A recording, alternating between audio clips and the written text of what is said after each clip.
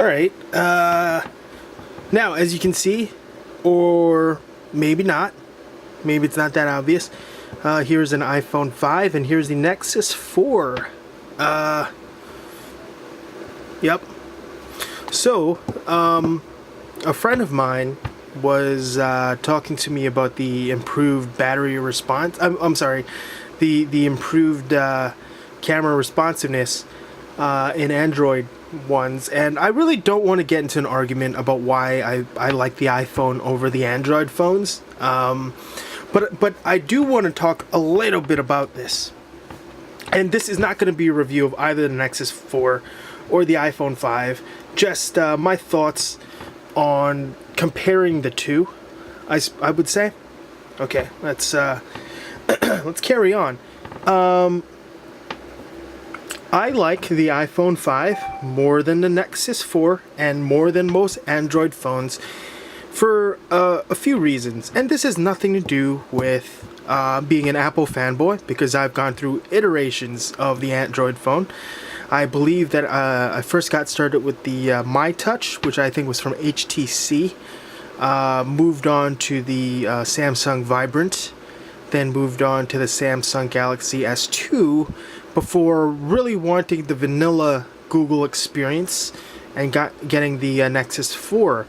Now, the Nexus 4 really is not a bad phone. The unfortunate thing is I think it's hampered really by the way the Android market sort of is. And you'll find this, that when you use a search function, there is quite a lot of junk, I would say, where you'd get a lot of, I wouldn't say inappropriate, but like bad kind of search finds. Like if I were to look up J-pop, I'd get just about probably 100, Japanese wallpaper programs that I can buy. And this isn't really something that you find on the iPhone, but the problem is that if you don't know what you're looking for and you just want to browse stuff that may be available, there's just a lot of junk on the Android.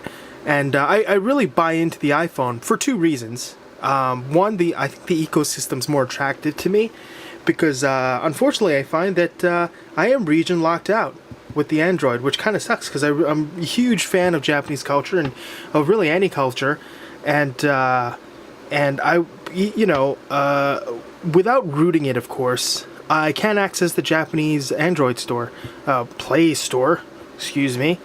However, with my iPhone, I've already, I've set up a Japanese iTunes account already, which means that I can buy stuff from the Japanese store, and I can buy apps from the Japanese store, which is more important, along with the American store, and I can get notifications of updates on either. So, that's my reasoning. It's not really an opinion, even though I know I've kind of shared it as an opinion, but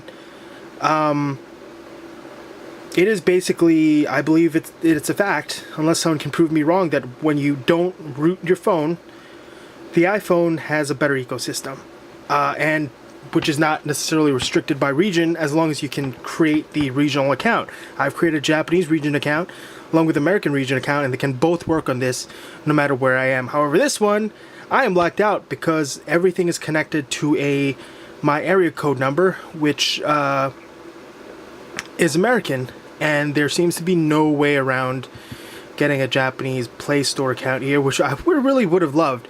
The battery life on these two, somewhat comparable. iPhone beats it out a little bit, but I think Apple products usually beat out Android products in terms of battery life, just because it is kind of better program management. And, you hear all these things about Android defending their stuff.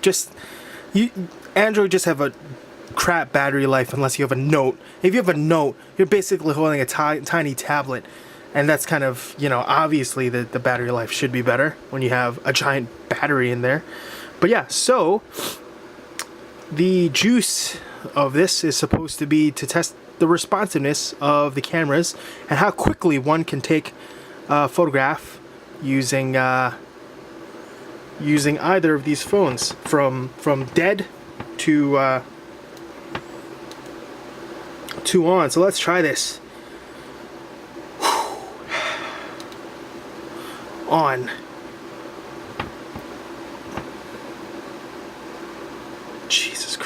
Gotta be kidding me. Always. We're gonna try that one again. I did not expect that stupid thing to pop up, which would have costed me a photo if, you know, there was some, I don't know, there was like Osama bin Laden on the floor being stabbed by a pelican. I would have missed that because, oh my god, I've lost 5 seconds. So, let's try this again. From dead. Here we go. On. Would have taken the photo. And I've taken the photo. You can see, despite using the Apple with my non-dominant hand, this one still had started up quicker. And despite a small delay in me actually realizing that I wanted to take a picture, maybe like a second delay, it still took a picture way faster than this one did. And so that means a lot to me because I like taking photos. So there you go. That is the time difference between these two things taking a shot. If also, it's, you know, it's a lot easier to get iPhone accessories. You know, I can get a whole bunch of cases in the cheap, but Nexus 4, they've got like 2 cases. Oh my god, I burped. Yeah, so if anybody wants to fight me about why the Nexus 4 is better than the iPhone 5, feel free to. However, please note that my opinions on a non-rooted Android phone is based in fact. I know some of you might come back to me and say, well, you know, I like Android apps better than Apple apps. That is your opinion on it. But what is not the opinion is that this baby is locked out of Japan and it has a crappy search, whereas this one has a much better search. It has a lot more apps, which obviously means that it's a lot more difficult, but at least I'm getting relevant apps. And not every app is going to be a goddamn wallpaper app or whatever, or a live wallpaper app, which really, I don't really care for anymore because, you know, ultimately those things are just battery drains. So there you go. That's the difference between these two guys. Also, you know what?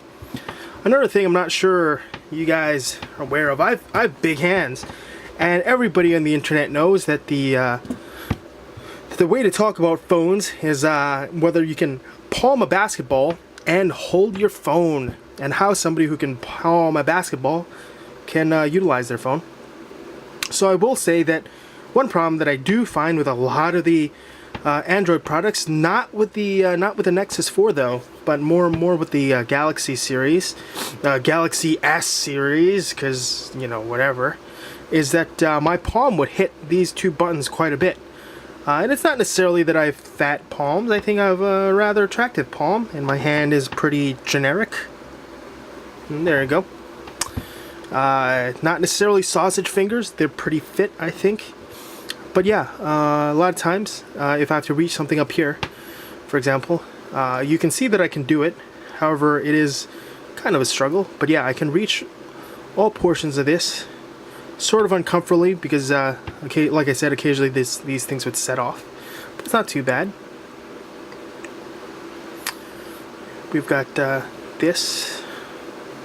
We could pull down menu, pull up menu, pull up the camera again. Apps. If I want to reach here though, kind of have to struggle. And yeah, there's the problem. With that, you can see that I kind of had struggled to reach the top part. Some of you may not notice this, but it's not really a problem with the iPhone, as I can reach any part of the screen really easily.